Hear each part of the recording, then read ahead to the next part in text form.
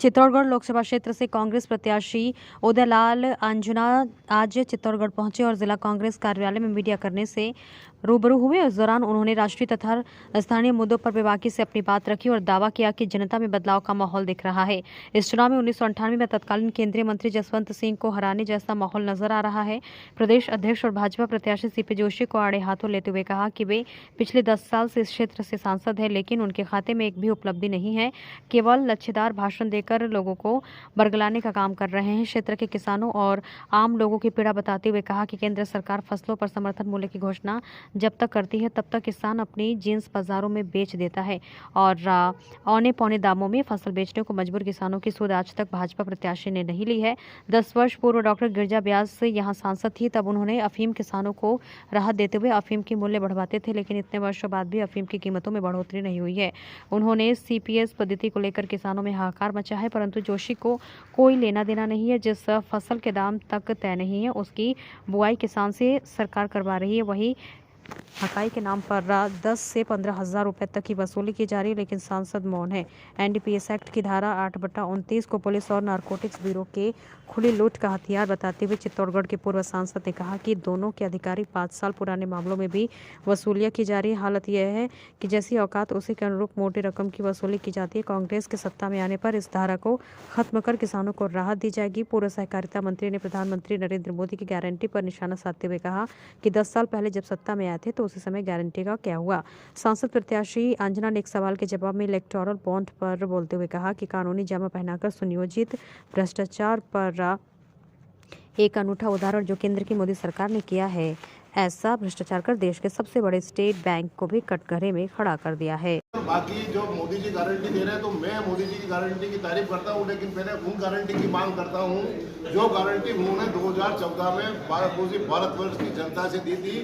उस गारंटी को अभी तक पूरा क्यों नहीं किया? उस गारंटी को पूरा कर दे तो पूरा हिंदुस्तान मान लेगा कि हाँ मोदी जी अपनी गारंटी सही तरीके से देते हैं। बाकी तो चुनाव के मुद्दे उनके पास है, इसके अलावा और कुछ नहीं।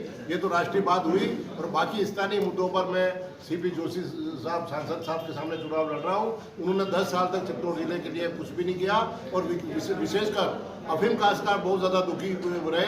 अफीम काश्तकार के अलावा दूसरे किसानों की भी कोई सूद नहीं ली। मैं सहकारिता मंत्री था जब तो मैंने प्रयास कर करके समय पे समर्थन मूल्य पे खरीद भी करवाई, लेकिन आज अब आया कि 1 मार्च या 1 अप्रैल से कभी वो खरीद शुरू होगी तो किसानों के हित के लिए मुद्दे लेकर के मैं मैदान में उतरा हूँ। मेरे तो पगड़ी की लाज किसानों को रखनी है और उन्हीं का आशीर्वाद से मैं चुनाव लड़ रहा हूँ। इसीलिए मुझे जैसा समर्थन 1998 में जसवंत सिंह के सामने मिला था, उससे भी जबरदस्त सहयोग मिलने की उम्मीद लग रही है, जैसे किसानों के मेरे पास फोन आ रहे हैं। नारकोटिक्स की धारा के बारे में क्या कहेंगे? नारकोटिक्स की धारा 8/29 इतनी खतरनाक है जो हनुमान जी की पूछ बनाकर किसानों का दोहन कर रहा है और इसी से किसान बेचारे इतने अफीम खेती से परेशान हो गए कि इससे तो हम अफीम की खेती करना ही छोड़ दें। मतलब 5-5 साल पहले कभी माल दिया नहीं दिया, 2 ही दिन माल दिया था, यूँ करके उनसे वसूली हो रही है। एक से 5 लाख 6 लाख 7 लाख जैसा मकान देख लेते हैं, पक्का मकान है, अच्छा मकान है, तो उस हिसाब से पुलिस की रेड हो जाती है, नारकोटिक्स वालों की रेड हो जाती है।